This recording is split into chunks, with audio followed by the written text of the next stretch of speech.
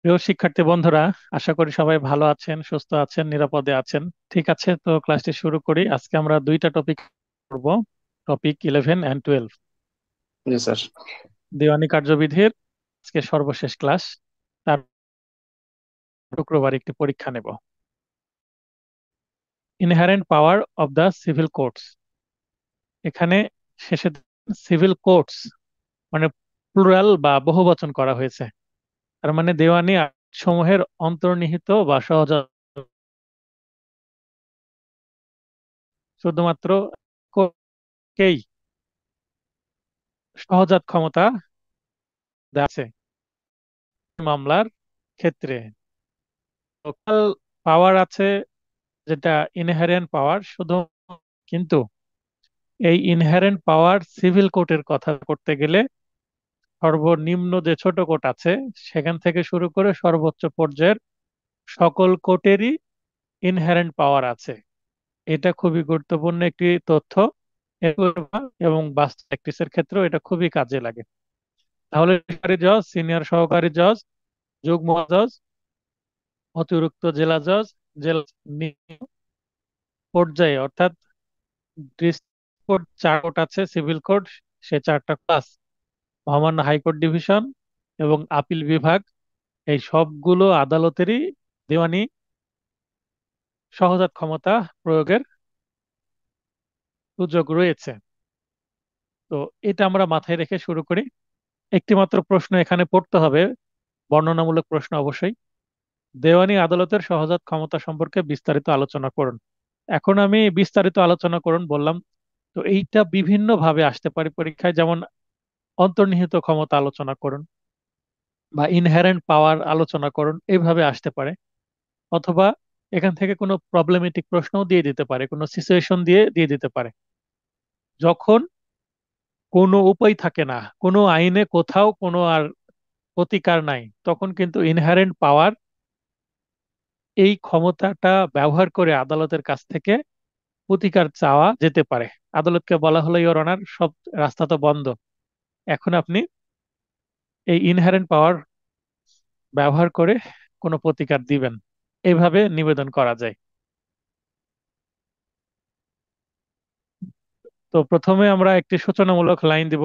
আদালত ন্যায় বিচারের স্বার্থে স্বার্থে প্রাসঙ্গিকতায় দেওয়ানি আদালতের সহজাত ক্ষমতা একটি গুরুত্বপূর্ণ বিষয়। তার মানে ন্যায় বিচারের ক্ষেত্রে কিন্তু এটা ব্যবহার হয়ে থাকে, তাছাড়া ব্যবহার করার দরকার হয় না। এটি আদালতের একটি অলিখিত ক্ষমতা, যা প্রয়োগের মাধ্যমে আদালত ন্যায় বিচার নিশ্চিত করতে সচেষ্ট হন।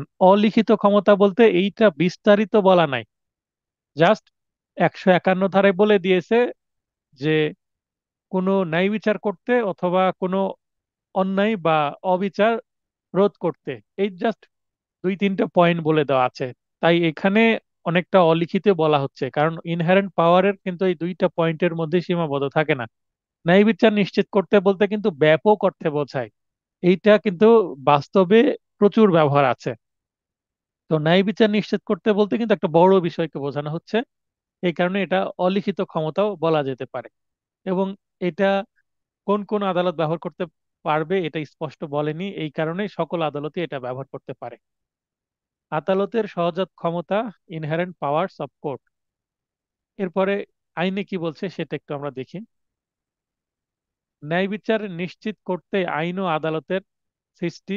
প্রচলিত সাধারণ আইনে বিচার কার্যক্রম পরিচালনা করতে গিয়ে অনেক ক্ষেত্রে দেখা যায় ন্যায় বিচার ব্যাহত হচ্ছে এবং বিকল্প ন্যায়সঙ্গত প্রতিকার দেওয়া সম্ভব হচ্ছে না। একটু আগে আমি বললাম যে সকল পথ যখন বন্ধ হয়ে যায়, তখনই কিন্তু এই ইনহারেন্ট পাওয়ারের বিষয়টি চলে আসে। সেক্ষেত্রে আদালতের দায়িত্ব হচ্ছে সাধারণ আইনের বিধিমালা অগ্রাহ্য করে ন্যায় বিচার নিশ্চিত করতে যে কোনো আদেশ প্রদান করা।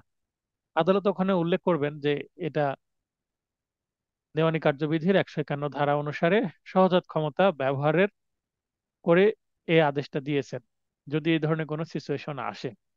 আর এটা করার হয় আদালতের সহজাত ক্ষমতা প্রয়োগের মাধ্যমে। এবার আদালতের সহজাত ক্ষমতার রক্ষণ, savings inherent powers of court. এই যে savings inherent power of court, এটা সিপিসির 151 ধারা হচ্ছে শিরোনাম, শিরোনামে কিন্তু এটাই বলা আছে। তাহলে দেওয়ানি আদালত, দেওয়ানি কার্যবিধি 1908 এর 151 ধারায় বলা হয়েছে যে এবার এখানে যেহেতু ইনহারেন্ট পাওয়ার সম্পর্কে বেয়ার একটাও খুব বেশি আলোচনা নাই, খুবই অল্প আছে, তাই এখানে একটু ভালো নম্বরের জন্য আপনাকে বেয়ার একটা 151 ধারে কি আছে, ইংরেজি পার্ট আছে একটা এবং এর একটা বাংলা অনুবাদ আছে।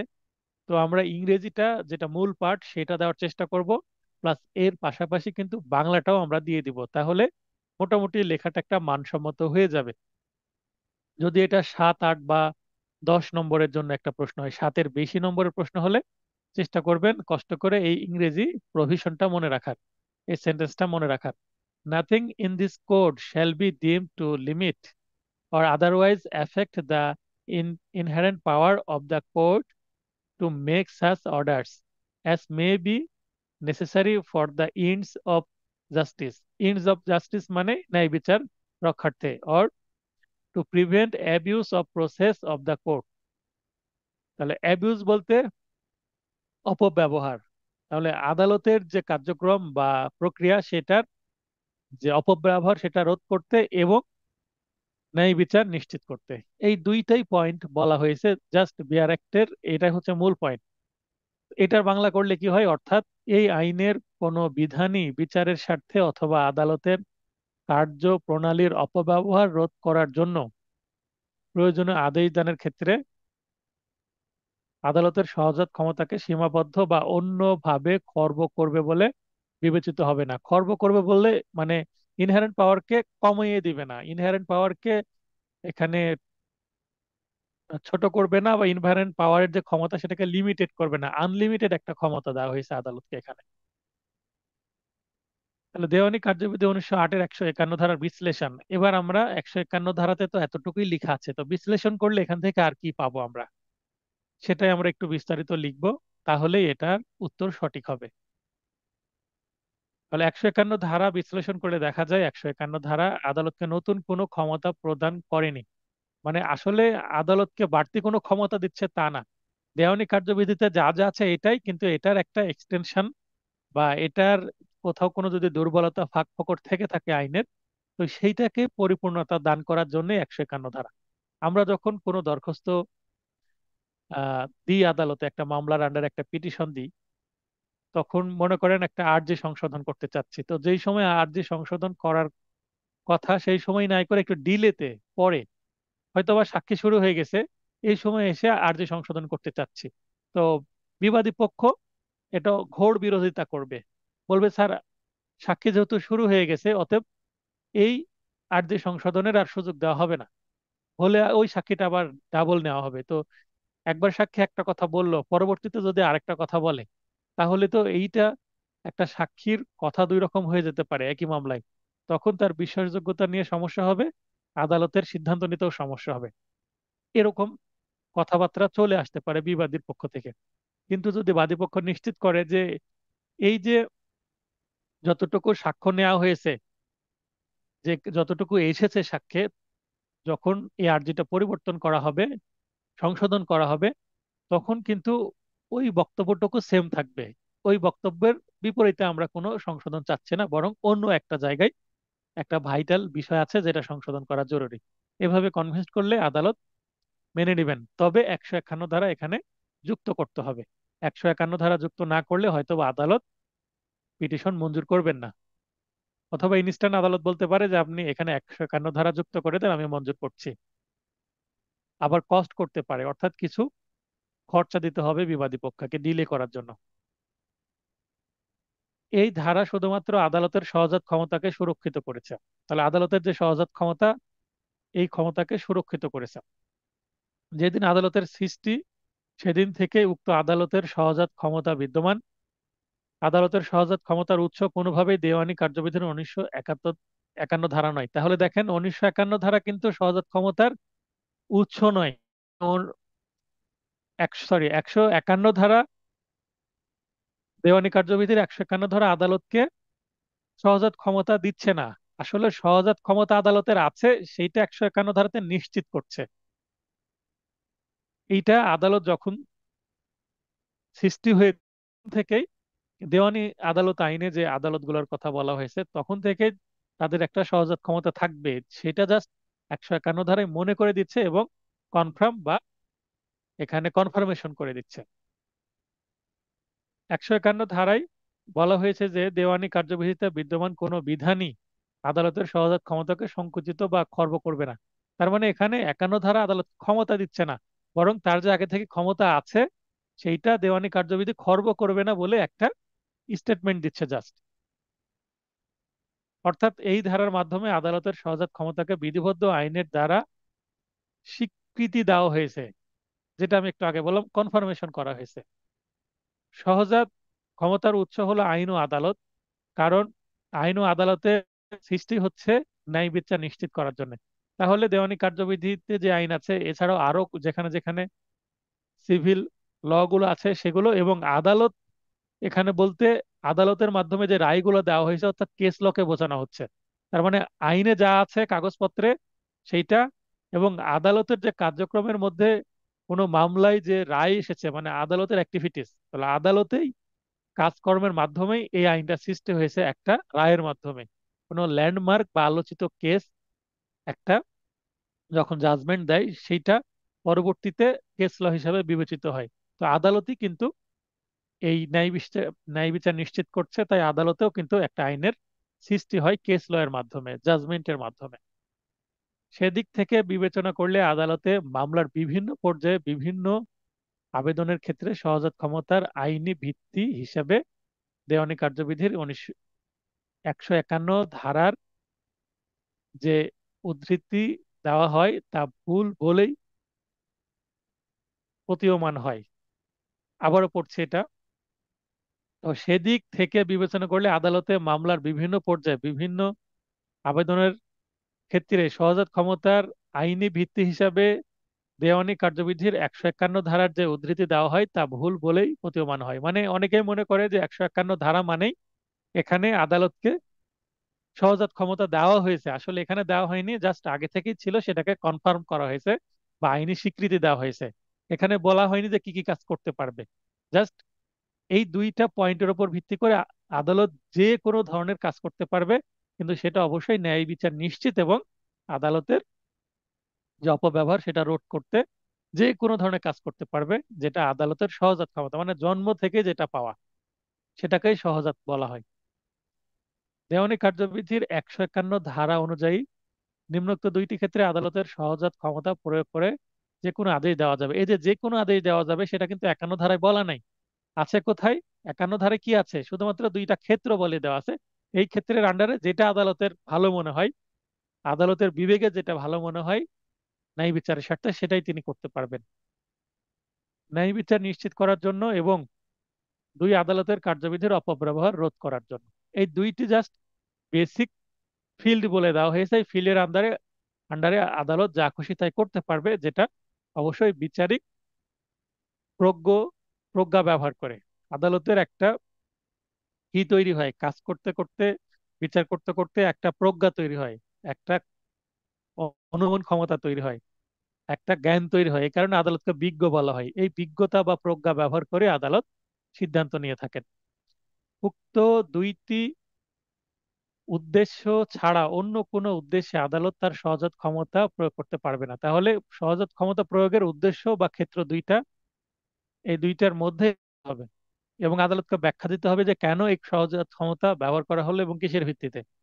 অর্থাৎ দেওয়ানি কার্যবিধির 151 ধারা আদালতের সহজাত ক্ষমতা কিছুটা সংকুচিত করেছে বলে প্রতীয়মান হয়। কিছুটা সংকুচিত করেছে বলতে এই যে দুইটা ক্ষেত্র, এর বাইরে আদালত যেতে পারবে না, এই দুইটা ক্ষেত্রের ভেতরেই আনলিমিটেড ক্ষমতা ব্যবহার করতে পারবেন। তো যেহেতু দুইটা ক্ষেত্র দিয়ে দিল, আর অন্যান্য ক্ষেত্র আর থাকছে না সহজাত ক্ষমতা ব্যবহারের, তাই এই দৃষ্টিকোণ থেকে বলা যায় যে কিছুটা সংকুচিত করেছে, ন্যারো করে দিয়েছে, যেন আদালত স্বেচ্ছাচারী না হয়ে উঠতে পারে, যা খুশি তাই করতে না পারে।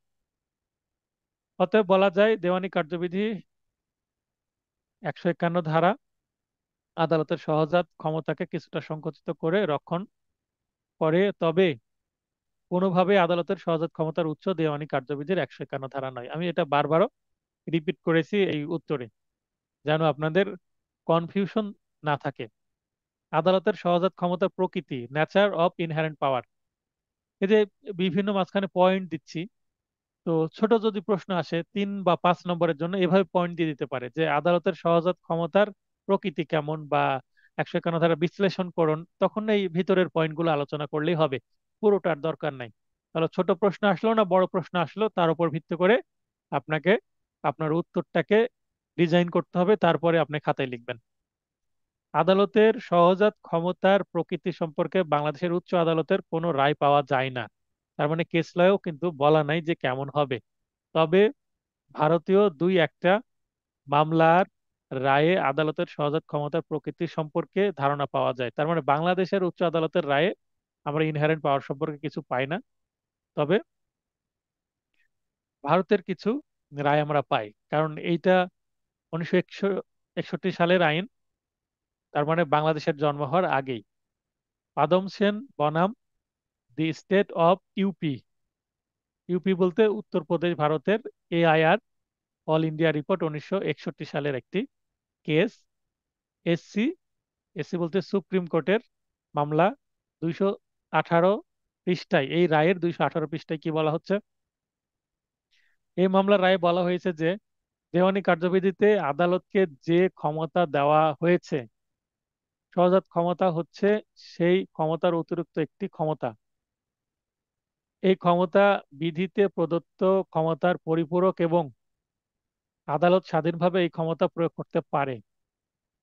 151 ধারায় উল্লেখিত উদ্দেশ্যসমূহ বাস্তবায়নের জন্য, ওই যে দুইটি উদ্দেশ্যের কথা একটু আগে বললাম, সেই উদ্দেশ্যসমূহ সমূহ বাস্তবায়নের জন্য যখন এই ক্ষমতা প্রয়োগ কোনোভাবেই দেওয়ানি কার্যবিধির কোনো বিধির সাথে সাংঘর্ষিক না হয়, অথবা আইন ভার ইচ্ছার সাথে বিরুদ্ধপূর্ণ না হয়, তাহলে এখানে কিছুটা প্রকৃতির ধারণা পাওয়া যাচ্ছে, মানে কেমন হবে সেটা ক্ষমতাটা।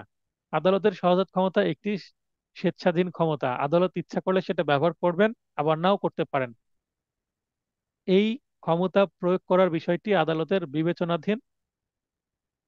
এই কারণে কোনো মক্কেল এটা আইন বলে চাইতে পারেন, কিন্তু তাকে দিতেই হবে এমন কোনো বিষয় নয়। আদালতকে কনভিন্স করলে তিনি দিবেন, নচেত নাও দিতে পারেন। এই ক্ষমতা প্রয়োগ করার সকল উপাদান বিদ্যমান থাকা সত্ত্বেও আদালত এই ক্ষমতা প্রয়োগ নাও করতে পারেন, কারণ তার ইচ্ছা, যেহেতু ডিসক্রিশন পাওয়ার। আদালতের সহজাত ক্ষমতা থাকার যৌক্তিকতা, reasoning of inherent powers of court. এই ছোট পয়েন্টটা দিয়েও বলতে পারে যে সহজাত ক্ষমতার যৌক্তিকতা কি, 2 বা 3 নম্বরের প্রশ্ন দিয়ে দিতে পারে। তখন আপনাকে এই পয়েন্ট লিখতে হবে। এই কারণে আমি অনেকগুলো পয়েন্ট নিয়ে আসছি। আপনারা যদি বড় প্রশ্ন আসে এর মধ্যে সবগুলোই, অথবা এর থেকে 2-1 পয়েন্ট বাদ দিলেও সমস্যা নেই। তো বেশি পয়েন্ট রেখেছি আপনারা তথ্য যেন বেশি জানতে পারেন। তো নম্বর কত আর আপনার হাতে সময় কত আছে এবং কতটুকু মনে রাখতে পারছেন, তার উপর ভিত্তি করে আপনাকে পরীক্ষার খাতায় লিখতে হবে। তো বেশি জানলে অবশ্যই লাভ আছে এই ধরনের প্রশ্নের ক্ষেত্রে। দেওয়ানি কার্যবিধি 1908-এর নির্দেশিত পন্থায় বিচার পরিচালনা করতে গেলে দেখা যায় সবসময়ই কোনো না কোনো এমন পরিস্থিতি বা অবস্থা থাকেই, যে ক্ষেত্রে দেওয়ানি কার্যবিধি 1908-এর বিধান দ্বারা ন্যায় বিচার নিশ্চিত করা যায় না। মানে বিধানে স্পষ্ট কোনো কিছু পাওয়া যাচ্ছে না, ধারাতে প্লাস আদেশের বিধিগুলোতে, তখন আদালতকে এই ইনহারেন্ট পাওয়ারের উপরে কি করতে হয়, নির্ভর করতে হয়। এর কারণ হলো আইন প্রণেতারা কেবলমাত্র সাধারণ ও স্বাভাবিক ঘটনা বা পরিস্থিতি পূর্ব থেকে অনুমান করতে পারেন। এই আইনটা যখন তৈরি করা হয়েছে 1908 সালে, যেহেতু এই আইনটা কার্যকর হয়েছে, তার মানে ড্রাফটিং শুরু হয়েছে হয়তো বা এর আরো 1-2 বছর আগে। তো ওই সময়কার চিন্তা ভাবনা আমরা এখনো চালিয়ে যাচ্ছি, একটা অনেক ব্যাকডেটেড আইন। তো আমাদের সক্ষমতা নাই যে এটার থেকে বেটার, এটাকে বাদ দিয়ে আমরা নতুন কিছু নিয়ে আসবো। হয়তো বা কিছু সংশোধন হচ্ছে, কিন্তু আসলে আহামরি ভালো সংশোধন হচ্ছে না। উপযোগী একটা আপডেট আইন দরকার। দেওয়ানি বিধি যেটা আমরা ব্রিটিশ আইন ব্যবহার করছি সেটা বাদ দিতে, বাদ, সময়ের দাবি। প্রতিটা ব্যাকডেটেড আইনই কিন্তু আপডেট করা। আমরা অনেক আগ থেকে ইন্টারনেট ব্যবহার করি, কিন্তু 2000 এভিডেন্স অ্যাক্টের ডিজিটাল রেকর্ড এটা যুক্ত হলো, যেটা 2000 সালের, অর্থাৎ 22 বছর, 23 বছর আগে। আমরা কিন্তু 2000 সালের সময় থেকে ভালো ইন্টারনেট করি। তো যেহেতু ইন্টারনেট ব্যবহার করি, তো এগুলো মোবাইল ফোনের এসএমএস, এই জিনিসগুলো বা ফোন কলের রেকর্ডিং, এগুলো 2000 সালের পর পরে আসতে শুরু করে বাংলাদেশে। তো ওই সময় থেকে এটা কি হয়ে যায়, কিন্তু আমরা অনেক পরে আসছি, কানাডা, ইন্ডিয়া সহ অন্যান্য দেশ কিন্তু অনেক আগেই নিয়ে আসছে। তো যখন আইন তৈরি করা হয়েছে, এই দেখাচ্ছে যে 100 বছরও বেশি সময় আগে, তো ওই সময় যা চিন্তা ভাবনা করেছিলেন, স্বাভাবিক কি কি ঘটনা ঘটতে পারে, ভবিষ্যতে ঘটতে পারে, এই চিন্তা ভাবনা করতে তারা চিন্তা করেছে 100 বছর পরে এখন পৃথিবীটা কত জটিল হয়েছে, মানুষের সামাজিক সমস্যাগুলো কত জটিল হয়েছে। তো এই সামাজিক সমস্যার উপর ভিত্তি করেই তো এই অন্যায়গুলো হবে, সিভিল রাইটস তৈরি হবে, মানুষের নতুন নতুন সিভিল রাইটস গুলো ভঙ্গ করবে কেউ, সিভিল রাইটস ভঙ্গ হলেই মামলা করার কারণ তৈরি হয়, এবং তখন এই আইনগুলো কাজে আসে। তো তখন থেকে ভেবে এই সেকশন, অর্ডার, রুলস তৈরি করা হয়েছে। তো এর বাইরে যদি কোনো প্রবলেম আসে, যতক্ষণ না সেটা আইনে পরিণত করা হচ্ছে, ততক্ষণ এই ইনহেরেন্ট পাওয়ারের উপরে আদালতকে নির্ভর করতে হবে। তাই বলছি যে তখন অনুমান করেছেন সাধারণ যে কি কি হতে পারে, কিন্তু বর্তমানে এর বাইরেও কিছু পরিস্থিতি চলে আসতে পারে যেটা ব্যতিক্রম বা স্পেশাল। ফলে অনেক নতুন পরিস্থিতি বা ঘটনা মোকাবিলা করার প্রাসঙ্গিক বিধান আইনে থাকে না। নতুন নতুন বিষয় চলে আসছে, বর্তমানে পৃথিবী যেহেতু পরিবর্তন হচ্ছে, ওইসব ক্ষেত্রে আদালত তার সহজাত ক্ষমতা প্রয়োগ করে পরিস্থিতি মোকাবিলা করে থাকে। আবু শামা বনাম আবু সায়েদ, 48 DLR 141, এটা বাংলাদেশের একটা মামলা সিদ্ধান্ত। এই মামলায় উচ্চ আদালত সিদ্ধান্ত নেয় যে, যে ক্ষেত্রে প্রতিকার প্রার্থীর অন্য কোনো যে ক্ষেত্রে প্রতিকার প্রার্থীর অন্য কোনো, মানে যিনি প্রতিকার চাচ্ছেন, অন্য কোনো প্রতিকার নেই, মানে যিনি প্রতিকার চাচ্ছেন তাকে অন্য কোনো প্রতিকার দেওয়া সম্ভব হচ্ছে না, সেক্ষেত্রে সহজাত ক্ষমতা নিঃসন্দেহে বিচার নিশ্চিতে, বিচার নিশ্চিন্তে বলতে ন্যায় বিচার নিশ্চিন্তের কথাই বলা হচ্ছে, আপনার এখানে ন্যায় বিচার শব্দটাও ব্যবহার করতে পারেন। যে কোনো আদেশ প্রদানে আদালতের হাতকে প্রসারিত করেছে, এই শব্দটা খুবই গুরুত্বপূর্ণ। ইনহেরেন্ট পাওয়ার কিন্তু আদালতের হাতকে কি করে, প্রসারিত করে, এটাই যৌক্তিকতা। যে নতুন নতুন সমস্যা সৃষ্টি করলো, আদালতকে যদি ইনহেরেন্ট পাওয়ার না দেওয়া হয়, তাহলে সেখানে তো আদালত সিদ্ধান্ত নিতে পারবে না। যেহেতু আদালত সেখানে সিদ্ধান্ত নিতে পারবে না, তো আদালতের একটা সিদ্ধান্ত কি হয়ে যাবে, পরবর্তীতে আপিল আদালত দ্বারা বাতিল হয়ে যাবে। যখন একটা সহকারী জজ বা সিনিয়র সহকারী জজ বা যুগ্ম জেলা জজ রায় দিচ্ছেন, এবং প্রতিটা রায় কি হয়ে যাচ্ছে আপিল আদালতে যে বাতিল হয়ে যাচ্ছে, তখন ওনারও কিন্তু মানসিক অবস্থা খারাপ হয়ে যাবে যে যতগুলো রায় দিচ্ছে ততগুলো বাতিল হয়ে যাচ্ছে। তো একটা বিচারকের রায় কিছু ভ্যালিড থাকবে, কিছু বাতিল হয়ে যাবে, ইনভ্যালিড হয়ে যাবে, এরকমই হবে। তো যে রায়গুলো শেষ পর্যন্ত আপিল হবে বা টিকে যাবে, সেগুলোই কিন্তু একটা বিচারকের সার্থকতা। আর যেগুলো বাতিল হয়ে যাবে, বিচারক হলেও তিনি তো মানুষ, তার মনে অবশ্যই কষ্ট লাগবে যে তার যে রায় সেটা বাতিল হয়ে গেল। অতএব যখন তাকে ইনহেরেন্ট পাওয়ার দেওয়া হবে, তখন এই ইনহেরেন্ট পাওয়ার এর কথার মাধ্যমে তার হাতটা প্রসারিত হলো, তখন তিনি একটু স্বাধীনভাবে কাজ করতে পারবেন। আশা করি এই যৌক্তিকতাটা বুঝতে পেরেছেন। এরপরে আদালতের সহজাত ক্ষমতা প্রয়োগের ক্ষেত্রসমূহ, কেজেস অফ অ্যাপ্লাইং ইনহেরেন্ট পাওয়ার। আমরা বেসিক দুইটা ক্ষেত্র জানি, এই দুইটা ক্ষেত্রের আন্ডারে আরো কিছু ক্ষেত্র আমরা যুক্ত করতে পারি এগুলোর ভেতরেই। তার মানে দুইটা উদ্দেশ্যে আদালত এই নিচের ক্ষেত্রসমূহে ইনহেরেন্ট পাওয়ার ব্যবহার করতে পারবে। তাহলে উপরে যে দুইটা আমরা ক্ষেত্র বলছি, আসলে ওইটার দুইটা বেসিক উদ্দেশ্য, ওর আন্ডারে আমরা এখানে প্রকৃত ক্ষেত্রগুলো পাবো। দেওয়ানি কার্যবিধির 151 ধারার বিধান অনুসারে ন্যায় বিচারের স্বার্থে আদালত সহজাত ক্ষমতা প্রয়োগ করার অধিকারী হয়। আদালতের সহজাত ক্ষমতা প্রয়োগের কয়েকটি ক্ষেত্র নিম্নে উল্লেখ করা হলো। একত্রে মামলা গ্রহণ করার আদেশ প্রদান করতে পারেন। একই বিষয়ে যদি দুইটা মামলা হয়ে যায়, তো আমরা জানি 10 ধারে কি আছে, স্টে অফ শুট বা সাবজুডিস রেস সাবজুডিস আছে, মামলা স্থগিত হবে পরেরটা। তো যদি আদালত একটা পর্যায়ে একটা মামলা চলছে, আরেকটা মামলা আবার শুরু হয়ে গেছে, এটা যদি বোঝা না যায়, তো আদালত পরের মামলাটা স্থগিত না করে দুইটা মামলা পাশাপাশি চালাতে পারেন। ন্যায় বিচারের স্বার্থে আদালত নিজ প্রদত্ত আদেশ স্থগিত রাখতে পারে। একটা আদেশ দিয়ে দিয়ে ফেলেছেন, পরে তিনি যদি বোঝেন যে এই আদেশটা দেওয়া ঠিক হয়নি, তাহলে তিনি স্থগিত করতে পারেন। তখন কোনো পক্ষ যদি বলে আপনি তো আদেশ দিয়েছেন, তা আপনার হুকুম, আপনি আবার এই হুকুম থেকে সরে আসছেন কেন, এই আদেশটা কেন আপনি স্থগিত করে দিচ্ছেন? তখন বলতে পারে আমি ইনহেরেন্ট পাওয়ার ব্যবহার করছি। পাল্টা মামলা নিবারণের আদেশ প্রদান করতে পারেন। পাল্টা মামলা বলতে কাউন্টার মামলা। একটা পক্ষ মামলা করেছে, অপর পক্ষ যদি সেম প্রকৃতির মামলা করতে চায়, তো ওই এটাকে তিনি স্টে করে দিতে পারেন। তো এখানে স্টে বলতে 10 ধারা সরাসরি সেটাকে বাতিল করতে পারেন না, স্থগিত করে রাখতে পারে। আর এখানে আদালত বলতে পারে না, এই মামলা নেওয়াই হবে না, যেহেতু একটা মামলা চলছে আবার পাল্টা মামলা কেন করবেন। তার মানে তিনি 10 ধারার অতিরিক্ত হিসাবে ইনহেরেন্ট পাওয়ার যুক্ত করে নিরুৎসাহিত করতে পারেন, নিবারণ করতে পারেন, যে দরকার নেই, একটা তো চলছেই। কোনো মামলা পুনর্জীবিত করার আদেশ প্রদান করতে পারে। অর্থাৎ একটা মামলা খারিজ হয়ে গেছে বা একতরফা হয়ে গেছে, সেইটা যদি এমন কেসে হয় যে ক্ষেত্রে দেওয়ানি কার্যবিধির কোনো নিয়ম নাই। আমরা 17-তে দেখেছি যে মুলতবির ক্ষেত্রে কস্ট করা হলো, কস্ট দিল না, মামলা খারিজ হয়ে গেল বা একতরফা হয়ে গেল। তো এই ক্ষেত্রে পুনর্জীবিত বা রিভাইভ করা যায়। আরো কিছু কিছু ক্ষেত্রে মামলা খারিজ হয়ে গেলে বা একতরফা হয়ে গেলে রিভাইভ করা যায় অনুপস্থিত থাকার ক্ষেত্রে। 9 আদেশ এবং আমরা 17 আদেশ এগুলো পাই। তো এর বাইরেও যদি কোনো ক্ষেত্র থাকে, যেমন একটা মামলায় তদবির, সমন জারি হয়নি, সমন নতুন ভাবে জারি করার কথা বলা হচ্ছে, বারবার বলা হচ্ছে, কিন্তু সমনটা তদবির গ্রহণ করছে না, তখনও খারিজ হয়ে যেতে পারে, বা আরো কোনো পরিস্থিতি হতে পারে যেখানে খারিজ হতে পারে। তো এই জায়গায় আদালত কি করতে পারেন?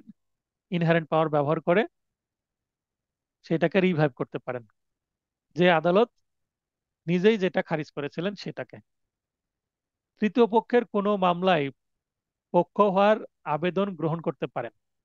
তাহলে তৃতীয় পক্ষের কোনো মামলায় পক্ষ হওয়ার আবেদন গ্রহণ করতে পারেন।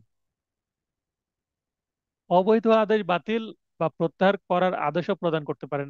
যে আদেশটা অবৈধ মনে হচ্ছে সেটা, এই কাজটা তিনি করতে পারবেন, প্রত্যাহার বা বাতিল করে দিতে পারেন।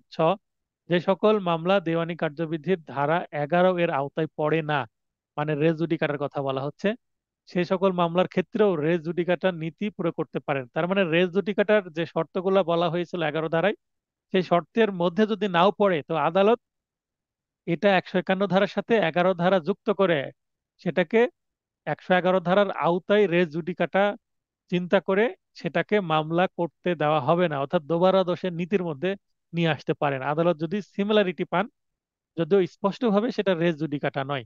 তার মানে কিছুটা ডিফারেন্ট আছে, কিন্তু তার কাছে মনে হচ্ছে যে এই মামলাটা দোবারা দোষের মধ্যেই কিছুটা হলেও পড়ছে। দেওয়ানি কার্যবিধির 144 ধারার বিধান ব্যতিরেকে পুনরুদ্ধার আবেদন করতে পারেন। 144 ধারাতেও কিন্তু মামলা প্রত্যাবর্তনের কথা বলা হয়েছে।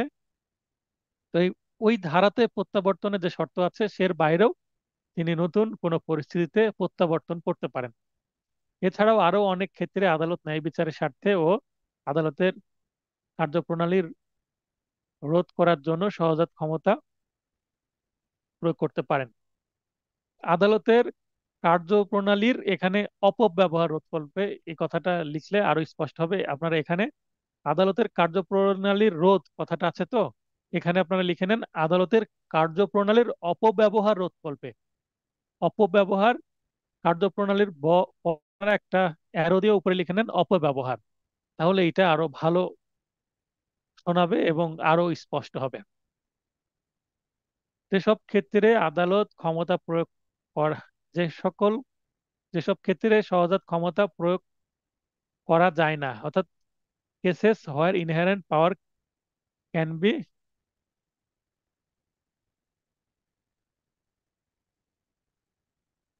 আচ্ছা উপরে আছে কোথায় প্রয়োগ করতে পারবেন, আর এখানে কোথায় প্রয়োগ করতে পারবেন না, এখানে না আছে কিন্তু ইংলিশে cases where inherent power can, এখানে একটু আপনাদের সংশোধন করে নেন। এখানে ক্যান বি এক্সারসাইজ আছে, তো ক্যান নট বি এক্সারসাইজ হবে। ক্যানের পর একটা নট দিয়ে দেন, বা কান্ট বি দিয়ে দিলেও হবে। একটু মিস্টেক হয়ে আছে, এটা একটু কারেক্ট করে নেন, যে ক্যান নট বি।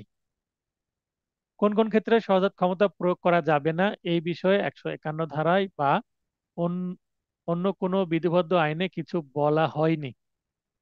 উচ্চ আদালত কিছু রায়ের পরিপ্রেক্ষিতে বলা যায়, নিম্নোক্ত ক্ষেত্রে আদালতের সহজাত ক্ষমতা প্রয়োগ করা যায় না। তার মানে 151 ধারায় কিছু বলা নাই কোন ক্ষেত্রে যাবে না, তবে আমরা কিছু কেস লতে পাবো।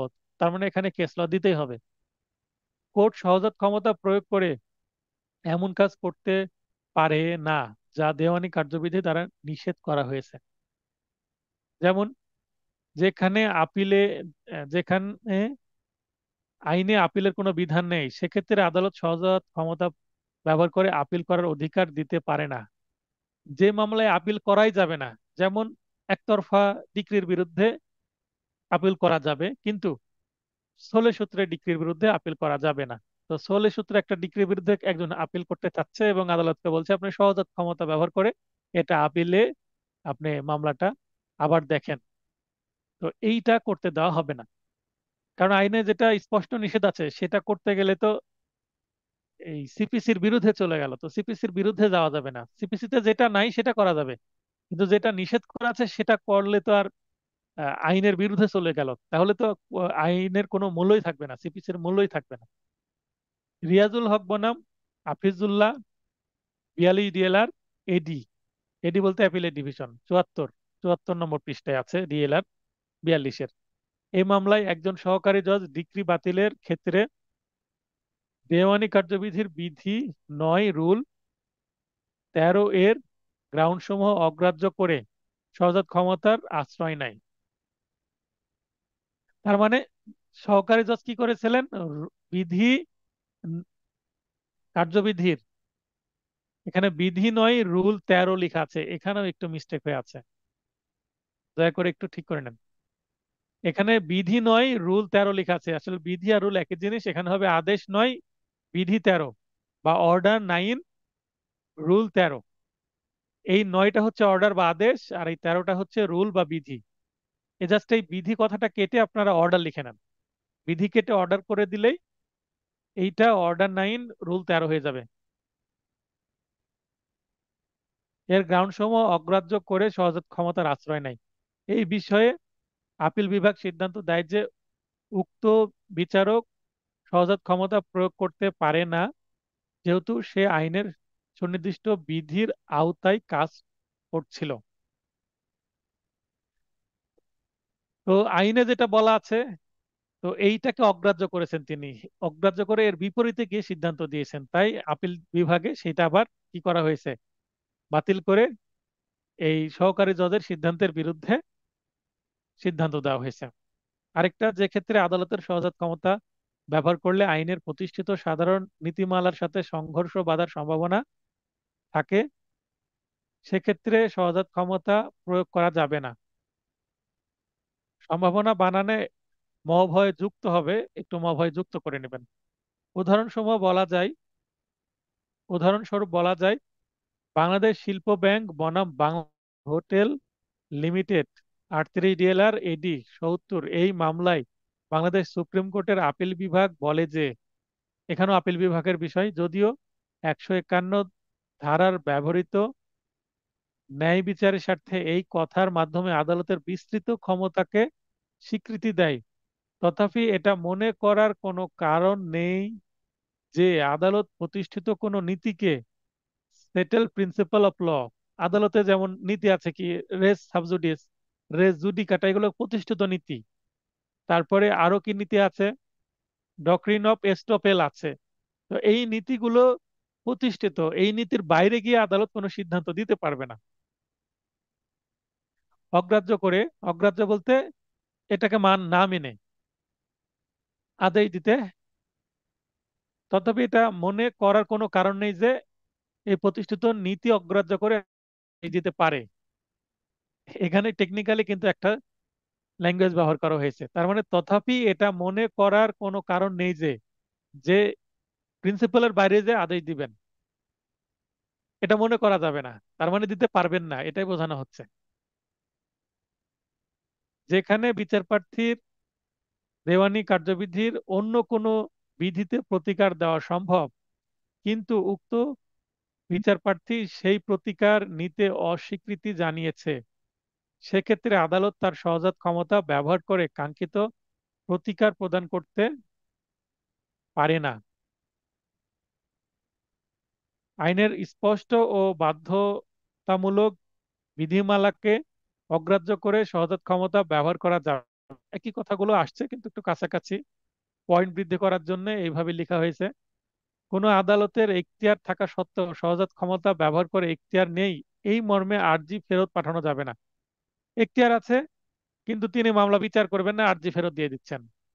অজুহাত হিসেবে দেখাচ্ছেন আমি 151 ধারা ব্যবহার করলাম, মানে সহজাত ক্ষমতা ব্যবহার করলাম। এটা করতে দেওয়া হবে না। যে ক্ষেত্রে প্রতিকার প্রার্থীর প্রতিকার চাইতে অনেক দেরি বা অবহেলা করেন, সেক্ষেত্রে আদালত সহজাত ক্ষমতা ব্যবহার করার ক্ষেত্রে অনেক বেশি নিরুৎসাহিত হবেন। অর্থাৎ যে প্রতিকারটা আগে চাওয়া যেত অনেক দেরি করে ফেলেছে, সেহেতু সেক্ষেত্রে 151 ধারা সহজাত ক্ষমতা ব্যবহার করার ক্ষেত্রে আদালত একটু নিরুৎসাহিত দেখাবেন। হ্যাঁ, আশা করি সবকিছু ঠিক আছে। তাহলে আমরা ক্লাসে অগ্রসর হই। পড়ছিলাম inherent power of civil courts, এটা শেষের দিকে চলে আসছি। শেষে পরিশেষে আমরা বলতে পারি যে আদালতের অন্তর্নিহিত ক্ষমতা প্রয়োগের বিষয়টি বেশ জটিল। উচ্চ আদালতের অনেক সিদ্ধান্ত রয়েছে, সেখানে বলা হয়েছে যে যেখানে প্রতিকার পাওয়ার বিধান আইনে রয়েছে সেখানে আদালতের সহজাত ক্ষমতা প্রয়োগ করা যাবে না। আইনে যেহেতু আছে সেখানে আর ইনহারেন্ট ইনহারেন্ট পাওয়ারে যাওয়ার দরকার নেই, সহজাত ক্ষমতাতে প্রয়োগের বিষয়টি তখন আসবেই না। আবার অনেক রায়ে বলা হয়েছে যে আইনের প্রতিকার পাওয়ার নির্দিষ্ট বিধান থাকা সত্ত্বেও আদালত অন্তর্নিহিত ক্ষমতা বলে ন্যায় বিচারের স্বার্থে প্রতিকার দিতে পারে। আইনে একটা সুস্পষ্ট বিধান আছে, কিন্তু সেই বিধানটা মানলে যদি ন্যায় বিচার ব্যাহত হয় মামলার পরিস্থিতি বিবেচনায়, তখন আবার আদালত কি করতে পারেন, এই ন্যায় বিচার নিশ্চিত করার জন্য আইনের কোনো বিধান পরিপন্থী একটা ছোটখাটো সিদ্ধান্ত নিতে পারেন, সেটা বলা হচ্ছে। তাই এটাকে জটিল মনে করা হচ্ছে। তাহলে মামলার পরিস্থিতি ভেদে এক একটা মামলার ক্ষেত্রে এক এক রকম ইনহেরেন্ট পাওয়ার আদালত ব্যবহার করে থাকেন। তো এখানে আমি কিছু কেস রেফারেন্স দিয়ে দিয়েছি। এই কেসগুলোতে কিন্তু এই একই বক্তব্য দেওয়া হয়েছে। আপনারা যদি এই কেস রেফারেন্স গুলো দেন তো ভালো, না দিলেও সমস্যা নাই, অন্তত দু একটা দিবেন, একটা বা দুইটা দিয়ে দিবেন, এখান থেকে যেটা আপনাদের মনে থাকে সেগুলো দিবেন। এই সবগুলো কেসে এই একই বক্তব্য আসছে, এই কারণে আমি সবগুলো কেসই দিয়ে দিয়েছি। এরপরে আমরা পড়বো টপিক 2, টপিক 12। আজকের টপিক 2 বা টপিক 12, ড্রাফটিং বা আরজি বা দরখাস্ত মুসাবিদা। আমরা ইতিপূর্বে 5টা সাবজেক্ট কমপ্লিট হওয়ার পরে সিপিসির আগে প্রবলেম সলভিং ক্লাস ছিল, তারপরে ক্লাস টেস্টের সলভিং ক্লাস ছিল এবং ড্রাফটিং এর উপরে একটি বিশেষ ক্লাস নিয়েছিলাম। সেই ভিডিওটা আপনারা যারা দেখেছেন তাদের এই ক্লাসটি বুঝতে সুবিধা হবে। এই 4টা বিষয় আমি ড্রাফটিং এর স্যাম্পল দিয়ে দিয়েছি এবং সেই এই ভিডিওটা যখন দিয়ে দিব এবং গত ক্লাসের ভিডিও সহ, এই ভিডিওর সাথে আমি আগের ওই ড্রাফটিং রিলেটেড ভিডিওটা আমি দিয়ে দিব, যেন দুইটা ভিডিও পাশাপাশি দেখলে ড্রাফটিং এর উপর একটা হলিস্টিক ভিউ আপনাদের চলে আসে, একটা পূর্ণাঙ্গ ধারণা চলে আসে, যতটুকু এই ক্লাসের মাধ্যমে দেওয়া সম্ভব। আসলে ড্রাফটিং বিষয়ে আপনাকে ভালো ধারণা নিতে হলে আদালতে দীর্ঘদিন প্র্যাকটিস করতে হবে। জুনিয়র হিসেবে আপনি করেন, লাইসেন্স পাওয়ার পরে তো করতে হবেই। তো জুনিয়র হিসেবে প্র্যাকটিস করলে আপনার লাভ কি হবে, ড্রাফটিং এর উপরে দক্ষতা বৃদ্ধি পাবে। তখন কি বিষয়ে ড্রাফটিং দিলো সেটা বিষয় বিবেচনা করে আপনি কিছু একটা লিখে আসতে পারবেন। অর- একটা ড্রাফটিং এর মূল বিষয় যদি লিখতেও না পারেন, অন্তত ড্রাফটিং এর যে ফরমেট সেটা লিখে দিয়ে আসতে পারলেও আপনি কিন্তু নম্বর পাবেন, মূল বক্তব্য যদি লিখতে নাও পারেন। অতএব ফরমেট জানাটাও কিন্তু একটা জরুরি বিষয়। তো ফরমেট কিভাবে জানবেন আপনি, আদালতে প্র্যাকটিস করতে করতে বিভিন্ন ফরমেট আপনি জেনে যাবেন, সব ফরমেট আপনাকে জানতে হবে। তো আমি কিছু ফরমেট দিয়েছি সিপিসি তে। আরজি সংশোধনের জন্য আরজি মুসাবিদা, আরজি সংশোধনের জন্য দরখাস্ত মুসাবিদা, তার মানে আরজির আন্ডারে একটা দরখাস্ত হবে। তারপর আরজি খারিজ আদেশ সরাসরি রদ রহিত পূর্বক মোকদ্দমা পুনর্বহালের জন্য দরখাস্ত মুসাবিদা। এর আগে আমরা দেখেছিলাম যে আরজি খারিজ হয়ে গেছে, মামলা খারিজ হয়ে গেছে, সেটা রদ করে সরাসরি পুনর্বহাল চাইতে হবে, তাহলে আবার পুনর্বহাল বা রিভাইভ হতে পারে। তারপর রায়ের পূর্বে সম্পত্তি ক্রোকের জন্য দরখাস্ত মুসাবিদা। আর অস্থায়ী নিষেধাজ্ঞার জন্য দরখাস্ত মুসাবিদা আমি এখানে দেখেন যে চারটাই দরখাস্ত মুসাবিদা দিয়েছি, আরজি মুসাবিদা আমি এখানে একটাও দিইনি। তো আরজি মুসাবিদা কি আপনাদের লাগবে না? হ্যাঁ, আরজি মুসাবিদা সিপিসি থেকে আরজি মুসাবিদা আসার সম্ভাবনা খুবই কম। কি কারণে? একটা আরজি কিন্তু বেশ কয়েক পেজের হয়। অতএব আরজি মুসাবিদা যদি দেওয়া হয় 10 নম্বরের, তাহলে এইটা কিন্তু লিখে শেষ করা সম্ভব না। তাই আমি যতটুকু আমার ধারণা হয়েছে যে আপনাদের জন্য আরজি মুসাবিদার থেকে দরখাস্ত মুসাবিদাই বেশি ইম্পর্টেন্ট সিপিসির ক্ষেত্রে। আর আরজি মুসাবিদাও যদি আসে, তো আরজি মুসাবিদাও আমি প্র্যাকটিস করিয়েছি। কোথায়? এস আর একটা সুনির্দিষ্ট প্রতিকার আইনে কিন্তু আরজি মুসাবিদা প্র্যাকটিস করেছি সংক্ষিপ্তভাবে। তো সেখান থেকে আপনি আরজি মুসাবিদা সম্পর্কে জানতে পারবেন। তাছাড়া আমরা রিভিশন ক্লাসে আরো কিছু ড্রাফটিং এর আন্ডারে আরজি মুসাবিদা আমরা যুক্ত করব, সেটা এক্সট্রা হিসাবে। তো আমরা শুরু করি। তো নাম দিয়ে দিলাম। তারপরে দ্বিতীয় লাইনে মোকদ্দমার আমরা নাম দিয়ে দেবো। এখানে মোকদ্দমার নাম্বার দিয়ে দেবো। মোকদ্দমার নাম্বার এখানে আমরা উল্লেখ করব। এখানে আমি বলছি মোকদ্দমার নাম্বার উল্লেখ করবেন কেন?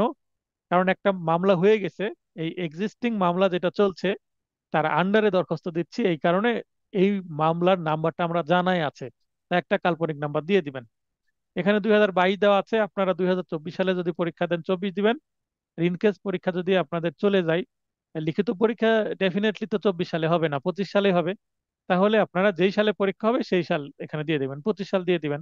কারণ লিখিত ডেফিনেটলি 25 সালে হবে, 24 সালে তো লিখিত হওয়ার কোনো সম্ভাবনাই নাই। আর এখানে সাকসেশন মানে মামলার প্রকার, যেমন অপ্র হতে পারে, তারপরে অপ্র মানে ওসি, আদার কেস, বা অপর কেস, অপর প্রকার, বা অন্য প্রকার, যেটাই বলি না কেন। তারপরে পারিবারিক মামলা হতে পারে, হতে পারে সেটা অর্থ মামলা, যে কোনো ধরনের মামলা। তো আমি একটা সাকসেশন মামলার আরজি মোসাবেদা। এখানে দরখাস্তকারীর নাম দেওয়া হয়েছে, এর পাশে প্রতিপক্ষের নাম নোটিশ বোর্ড, আর জেলা জজ আদালত রাজশাহী। তো এখানে এখানে নোটিশ বোর্ডকে বিবাদী করা হচ্ছে, কারণ এই মামলায় নোটিশ বোর্ডের সাথে এখানে দিং শেষে দেওয়া আছে। দিং বলতে এই মামলায় স্থানীয় প্রতিনিধি, স্থানীয় জনসাধারণকে প্রতিপক্ষ করা হয়। তাই এখানে নোটিশ বোর্ড, জেলা জজ আদালত রাজশাহী দিং, অথবা লিখতে পারেন স্থানীয় জনসাধারণ দিং। তো যাদের সাকসেশন মামলা বাস্তবে দেখেছেন করা আছে, তারা এটা মানে সহজেই বুঝবেন। তারপরে বিষয় কি? কার্যবিধি 1908-এর আদেশ 6 বিধি 17 মতে, আদেশ 6 বিধি 17-তে কিন্তু আর যে সংশোধনের বিষয়টা বলা হয়েছে, তাই আমরা এটা উল্লেখ করব অবশ্যই। কোন আইনের কত আদেশ, কত ধারা, মানে কোন বিধান মতে আমরা দরখাস্ত করছি সেটা বিষয়ে উল্লেখ করে দেব। এরপরে দরখাস্ত কারীগণের পক্ষে বিনীত নিবেদনে, যে এখানে কারীগণের প্লুরাল দিয়েছি, এই যে এখানে জরিনা খাতুন, এরপরে কি দেওয়া আছে? দিং। দিং মানে দিগড়, মানে আরো আছে। ইংলিশে করলে মোসাম্মদ জরিনা খাতুন এন্ড আদার, বা আদার্স।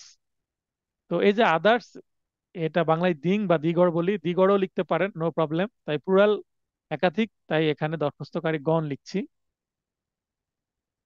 অত্র মোকদ্দমাটি উত্তরাধিকার সনদপত্রের প্রার্থনায় অত্র দরখাস্তকারীগণ বিজ্ঞ আদালতে দায়ের করেছেন। এই কথাগুলো যেগুলো লেখা আছে এগুলো বোঝানোর কিছু নাই, প্রতিটা মামলাতে আপনাকে এভাবে লিখতে হবে। এরপরে এসে যে আরজির প্রার্থিত সংশোধন সমূহ, আপনি কি কি সংশোধন চাচ্ছেন। তো আমার এটা একটা রিয়েল কেস, এটা বাস্তবে রিয়েল কেস। সেই রিয়েল কেসটাই আমি আপনাদেরকে দিয়ে দিয়েছি। দরখাস্ত ছিল আমার কম্পিউটারে, সেখান থেকে কপি করে নিয়ে এসে আপনাদের নোটের মধ্যে আমি পেস্ট করে দিয়েছি, কোনো পরিবর্তন করিনি। এই দরখাস্তটা দিয়েই আমার দরখাস্ত মঞ্জুর হয়েছিল, আমি সংশোধন করে নিয়েছিলাম। তো আরজির 3 নং পাতায় তফসিল বর্ণিত মোসাম্মদ জরিনা খাতুনের চতুর্থ কলামে ভুলবশত লিখিত 20,000 সংখ্যাটি, তার মানে জরিনা খাতুন 20,000 টাকা পাবে এই কথা বলেছিলাম। তো এখানে হবে জরিনা খাতুন 12,500 টাকা। আর এখানে ফারহান ফুরাদ, 40,000 সংখ্যাটির পরিবর্তে 43,750 পাবে। এবং আরেকটা সন্তান ফাহিম, ইনি পাবেন 43,750। তার মানে এখানে এই জরিনা হচ্ছে যে মৃত ব্যক্তি, তার স্ত্রী। আর এই বাকি দুইজন হচ্ছে দুই পুত্র। তো পুত্ররা এভাবে পাবে, আর জরিনা পাবেন হচ্ছে 12,500। মানে ফারাইজ করার সময় একটু ভুল হয়েছিল, বা বলতে গেলে স্ত্রী সন্তান ওই তারা এসে বলেছিল যে হ্যাঁ মাকে 20,000 দেন আর আমাদেরকে 40-40-80,000 দেন, 1 লক্ষ টাকার মামলা। তো পরে আদালত বলছে আপনি এটা সংশোধন করেন, কারণ এই আইনে যেহেতু 20,000 টাকা তিনি পান না, আপনি যেটা পান সেটাই লিখেন। আইনে সাকসেশন অনুসারে যা হবে তাই দেন, তারা নিজেদের মধ্যে কিভাবে ভাগ করবে সেটা পরের বিষয়। তাই এইভাবে আমি সংশোধন করে দিয়েছিলাম। এরপর এখানে হলফনামা দিতে হবে। আমি আবারও বলছি যে এটা যেহেতু একটি দরখাস্ত, তাই হলফনামা দিতে হবে, এফিডেভিট দিতে হবে। আর যদি আর্জি হতো তাহলে সত্যপাঠ দিতে হতো। তো হলফনামায় এখানে আমি জরিনা খাতুন, জন দরখাস্তকারী ছিল ফারহান, ফাহিম এবং জরিনা তাদের মা। তো এখানে ফারহান বা ফাহিমও এই হলফনামাটা দিতে পারতো, তার মানে তিনিও আদালতে আসতে পারতেন। তো মা এসেছেন, সবার পক্ষে মাই হলফ দিয়েছেন। তো হলফনামা কেমন হয় আমরা আগের দরখাস্ত দেখেছি, সেভাবে করতে হবে। এখানে হলফকারী সাক্ষক এবং তারিখ, তারিখটা আপনারা যেদিন পরীক্ষা দিবেন সেই দিনের তারিখ দিয়ে দিবেন। আর এখানে তারিখ একই থাকবে, তবে বলে রাখা ভালো সময়টা সকাল 10টা বা 11টা দিবেন। সকাল 10টা বা 11টা মানে কোর্ট বসার আগেই সেরেস্তাই, অর্থাৎ এখানে দেখেন যে হলফনামা পরিচালনাকারী কর্মকর্তার স্বাক্ষর ও সিল, তার মানে এখানে সেরেস্তাদারকে বোঝানো হচ্ছে। কোর্টের যে অফিস থাকে সেরেস্তাদার, আহ, তাকেই কর্মকর্তা বলা হচ্ছে। তো এখানে কোর্ট বসার আগেই কিন্তু ওই এফিডেভিটটা কমপ্লিট করতে হয়, তার মানে দুপুরের আগেই। 12টার পরে কখনো এফিডেভিট নিবেই না। এখন আপনি যদি কোনো কর্মকর্তাকে কনভিন্স করেন 12টার পরে এফিডেভিট নেওয়ার জন্য, আদালত একটু দেরিতে বসছে বা আদালত চলছে, একটু দেরি হয়ে গেছে, 12:30 বেজে গেছে, কিন্তু আদালত চলছে, অনেক সময় 2টা 3টা পর্যন্ত আদালত চলে। তো আমার এরকমও হয়েছে যে কর্মকর্তার কাছে গিয়েছি, তো বলছে 12টা 1টা বেজে গেছে। তো বললাম অন্য মামলা করতে দেরি হয়ে গেছে, আজকে আসার কথা ছিল না, কিন্তু চলে আসছেন, একটু কাইন্ডলি করে দেন। তো আমি করছি হয়তো বা 1টা বা 1:30টায়, কিন্তু তারপরে ওই সময় উনি কখন উল্লেখ করবেন, ওই 11টা, 11:30 বা 12টা, 12টার আগেই উল্লেখ করবেন, সর্বোচ্চ 12টা। কেন? কারণ এর পরে নেওয়ার বিধানই নাই। কিন্তু তিনি জাস্ট আমার প্রতি সন্তুষ্ট হয়ে করছেন, একটু ফাঁকি দিচ্ছেন, এই আর কি। তো এটা ন্যায় বিচারের স্বার্থে, কারণ একজন ব্যক্তি আসছেন, তাকে আবার ফেরত দেওয়া, আরেকদিন আসতে বলা, এই কারণে। তো এটার জন্য একটু বকশিশ দিতে হয়, এটা তো ওপেন একটা বিষয় হয়ে গেছে আদালতের। তাছাড়া তো করবেন না, এত সৎ ব্যক্তি নাই আদালতে যে উনি এই কাজটা করবেন, 2টার কাজ আমাকে 11টায় করে দিবেন, মানে 11টা লিখে দিবেন, 2টায় যাচ্ছি আমি, তো 1:30টায় যাচ্ছি, তো উনি বিনা পয়সায় করে দিবেন, এটা ভাবা যাবে না। এটা সব আদালতেই হয়। তো যাই হোক, এরপরে তাহলে দরখাস্ত আমরা সংশোধন কিভাবে করব দেখলাম। এরপরে আর্জি খারিজ হয়ে গেছে, সেটা আবার কিভাবে সরাসরি আমরা নিয়ে আসতে পারি সেটা আমরা দেখব। এটা আমাদের আদেশ 9 বিধি 9 ক, আদেশ 9 বিধি 9 কতে আছে, অর্ডার 9, রুল 9 ক্যাপিটাল এ। এখানে সরাসরি কথা বলা হয়েছে, বিধি 9 অনুসারেও করা যায়, কিন্তু আমরা 9 এতে হলে সরাসরি, তার মানে এখানে কি করা লাগবে না, কারণ দর্শানো লাগবে না, এভিডেভিট দিয়ে সরাসরি যে কস্ট দেওয়ার কথা বলা হয়েছে 1,000, সেটা দিয়ে দিলেই হয়ে যাবে। তো আমরা বলে দিলাম যে এই ধারা, আদেশ ও বিধি অনুসারে আমরা রদরহিত করতে চাচ্ছি সরাসরি। এরপর আমরা মামলার পরিস্থিতি কি সেটা উল্লেখ করে দিলাম।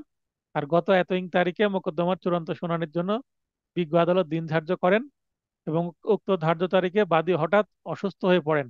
কারণ অনুপস্থিত থাকার কারণেই আদালত কি করতে পারেন, কি করেছেন, যে মামলাটি এই যে গড় হাজির হয়ে যায়, গড় হাজির হয়ে থাক কারণে কিন্তু আদালত মামলাটি খারিজ করেন।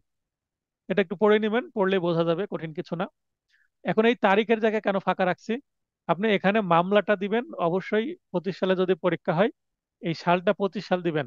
আর এখানে মামলা 11 আছে, তো আপনি ইচ্ছা করলে মামলার নম্বর চেঞ্জ করতে পারেন, এটা কোনো ম্যাটার না, কিন্তু সালটা অবশ্যই কি করবেন, প্রেজেন্ট সাল দিবেন। 25 সালে পরীক্ষা দিলে 25 সাল, বা ভবিষ্যতে যারা এই ভিডিও দেখছেন, এই ভিডিওটা অনেক সময় মানুষ 28 সালেও দেখতে পারে। তো 28 সালে যদি ভিডিও দেখে থাকেন, কেউ যদি 28 সালে বা 29 সালে পরীক্ষা দেন বা 30 সালে পরীক্ষা দেন, তখন আপনাকে এই সালটা 30 সালে লিখতে হবে। তো যে সালে পরীক্ষা দিবেন সেই সাল লিখবেন, আর মামলার নাম্বারটা আপনি যে কোনো একটা বানিয়ে দিলেন তাহলে হবে।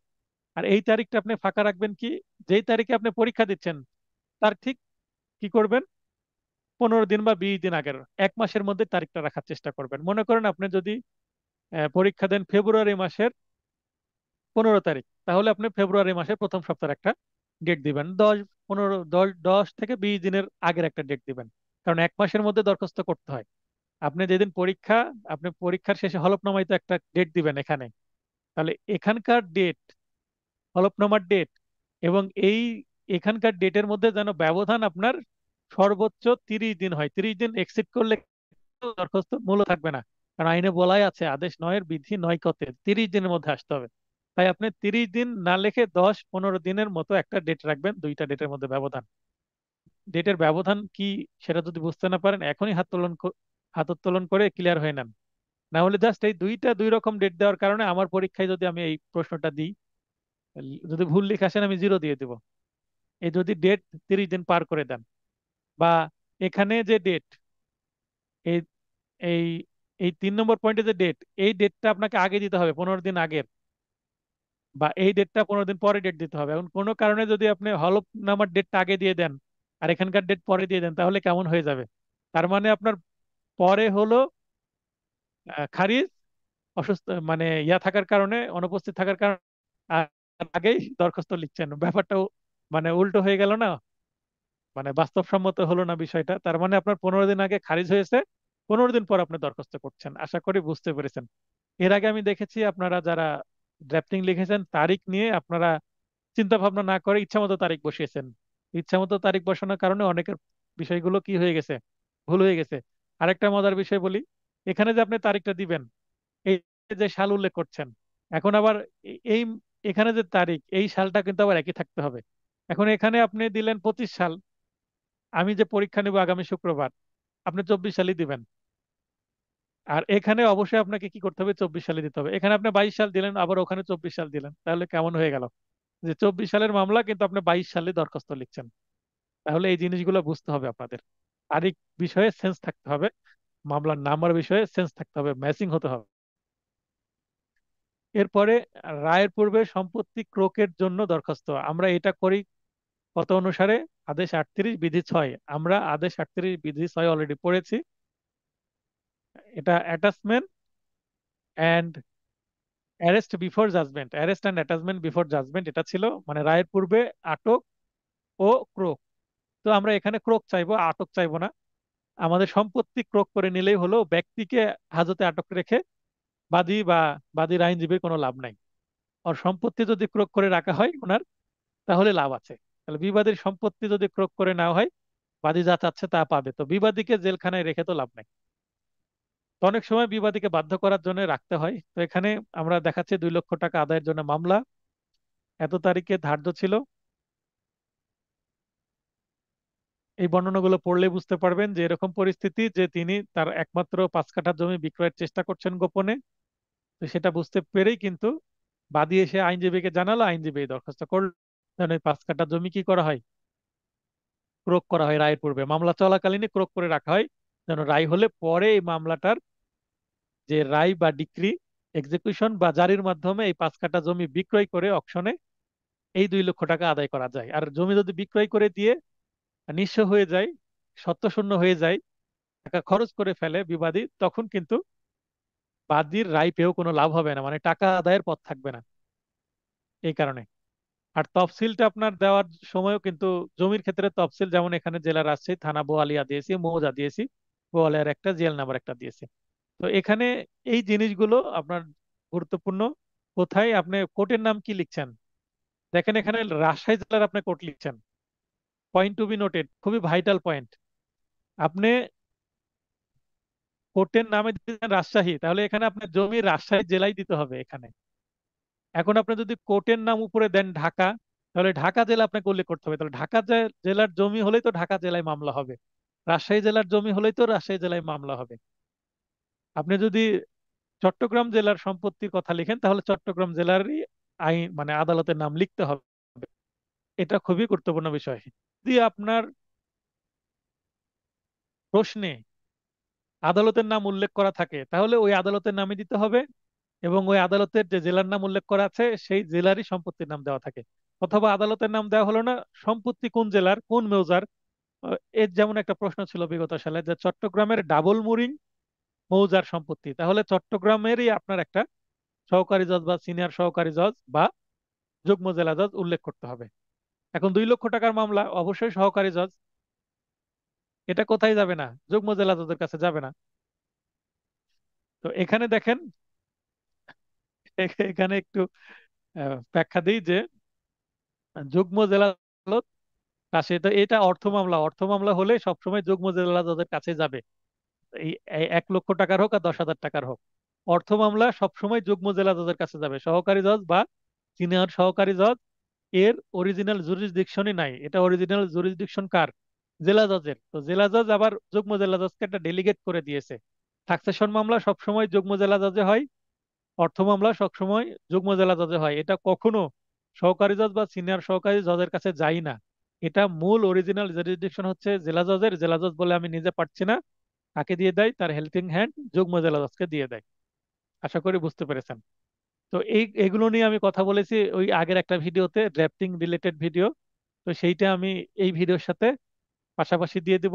এই ভিডিওটা আপলোড করে দেওয়ার পর এই ভিডিওর লিঙ্ক যখন আমি দিয়ে দেবো গ্রুপে, ওই ভিডিওটাও আমি আবার গ্রুপের লিঙ্কটা আবার আপনি সেন্ড করে দিব, যেন দুইটা দেখলে ড্রাফটিং রিলেটেড অনেক প্রশ্নের উত্তর পেয়ে যান। ইভেন ওই ক্লাসে আপনারা অনেকে প্রশ্ন করেছিলেন, তাই মেবি এই ক্লাসে আর বেশি প্রশ্ন করার দরকার হচ্ছে না। আপনারা ড্রাফটিং বিষয়ে মোটামুটি বুঝে গেছেন। আর যেগুলো বর্ণনা আমি পড়ছি না সবগুলো লাইন বাই লাইন, কারণ সেগুলো আপনারা জানেন কি লিখতে হবে, এই নিলে বুঝতে পারবেন।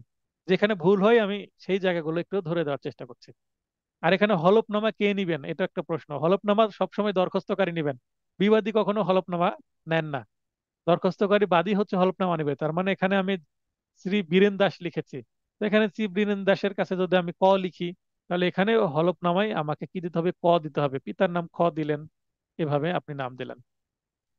আবারও এই তারিখগুলো নিয়ে কনফিউশন যেন না থাকে। এর পরের প্রশ্ন হচ্ছে অস্থায়ী নিষেধাজ্ঞার জন্য দরখাস্ত মোসাবিদা। এটা আমরা কোথায় করব? কত অনুসারে করব? আদেশ 39, বিধি 1 ও 2, এগুলো আপনার মনে রাখতে হবে।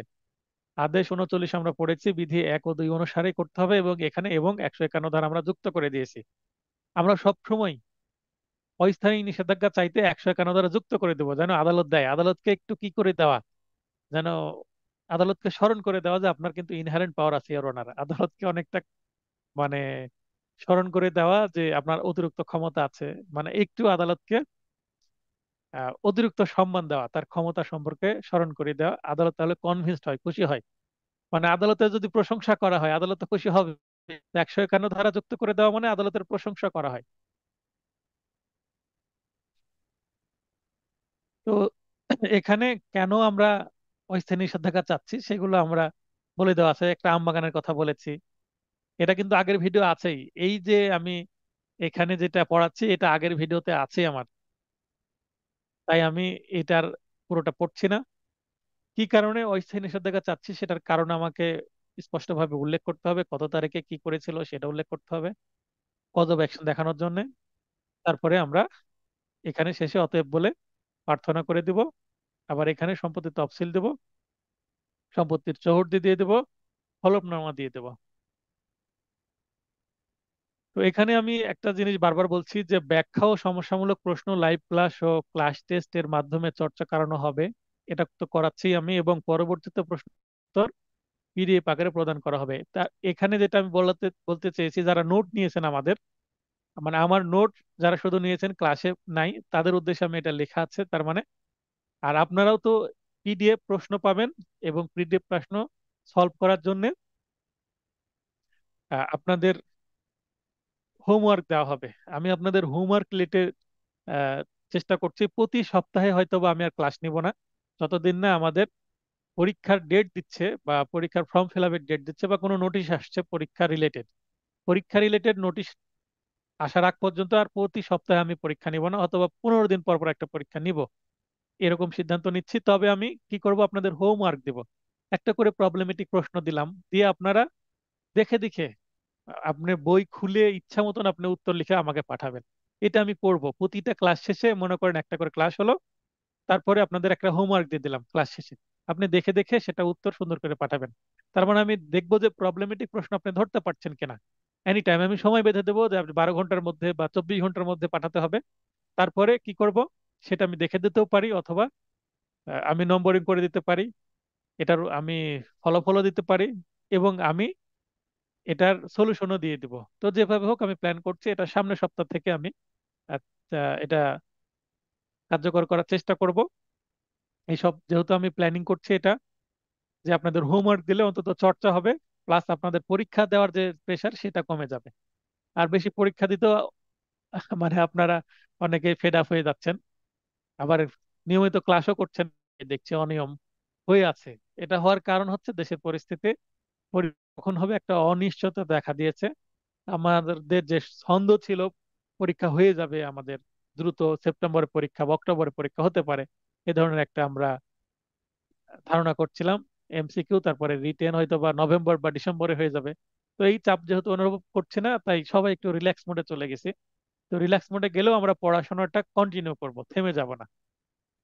তারপরে বলছি সাজেশনে আরো অতিরিক্ত টপিক ও প্রশ্ন যুক্ত করা হয়েছে, প্রশ্নগুলোর উত্তর গাইড হতে পরিণত হবে। তো এখানে আমি আরো কিছু সাজেশন আপনাদের দিব। সেই সাজেশনটা পরীক্ষার নিশ্চয়ই 1 মাস বা 1.5 মাস আগে দিব, এবং সেখানে প্রশ্নগুলোর উত্তর হয়তো বা আমি দিব না, আপনাদের যে গাইড আমি রেকমেন্ড করেছি সেই গাইড থেকে পড়ে নিতে হবে। খুব শীঘ্রই সকল বিষয়ের একটি নির্ভরযোগ্য সাজেশন পিডিএফ আকারে প্রদান করা হবে। এইটা আমার স্টুডেন্টদেরকেও আমি বলছি, এবং যারা আমার শুধু নোট নিয়েছে তাদের জন্য প্রযোজ্য। তার মানে তাদেরকে আমি আশা দিয়ে রেখেছি আমি দিব কোনো কিছু একটা, জাস্ট নোটই যথেষ্ট না, এর সাথে কোনো কিছু অ্যাড হবে, কারণ নোটটা খুবই সংক্ষিপ্ত। আবার আমি শেষে বলছি আইনের নাম ও কেস ল ইংরেজিতে লেখার পরামর্শ প্রদান করা হলো।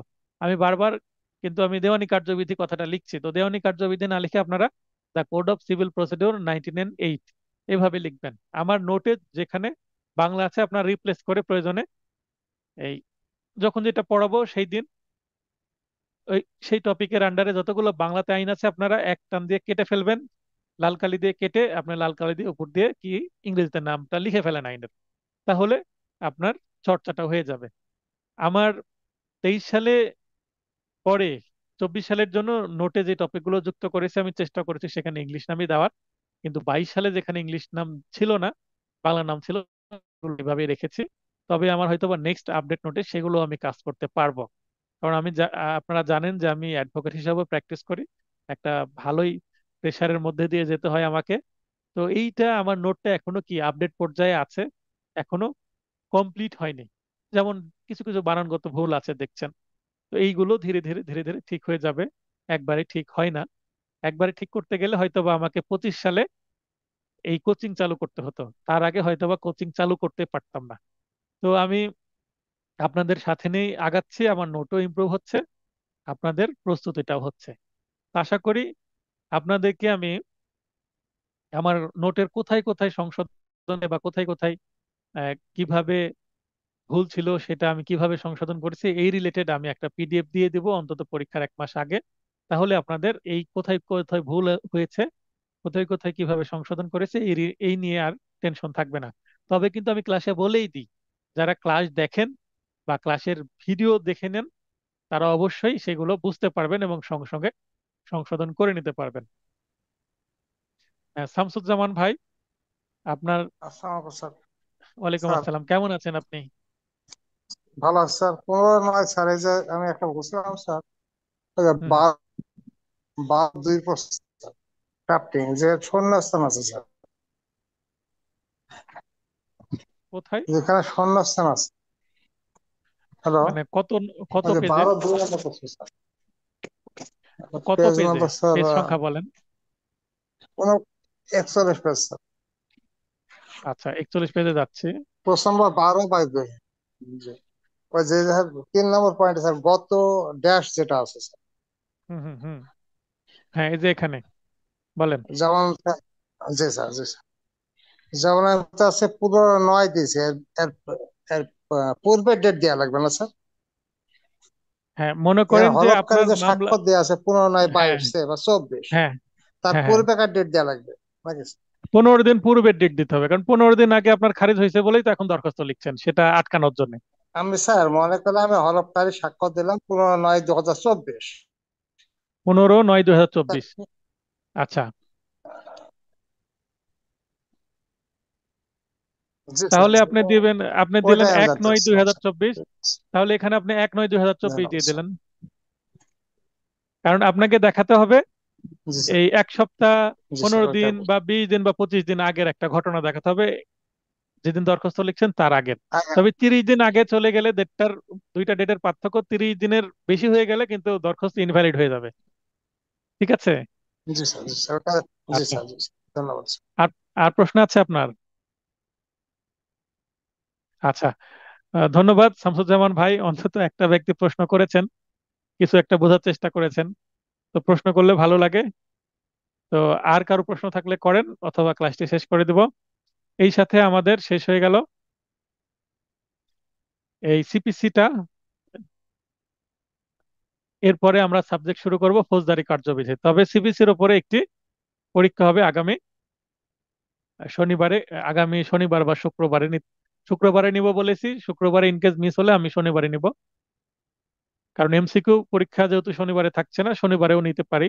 সেটা আমার উপর নির্ভর করছে আমি কতটা সময় পাচ্ছি।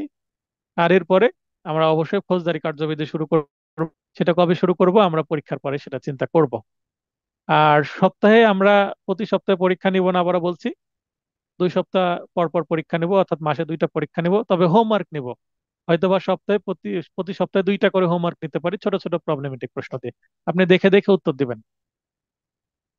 তো ঠিক আছে, যেহেতু কেউ প্রশ্ন করছেন না, সেহেতু আমি সবার সুস্বাস্থ্য কামনা করে ক্লাসটি শেষ করব। শুভ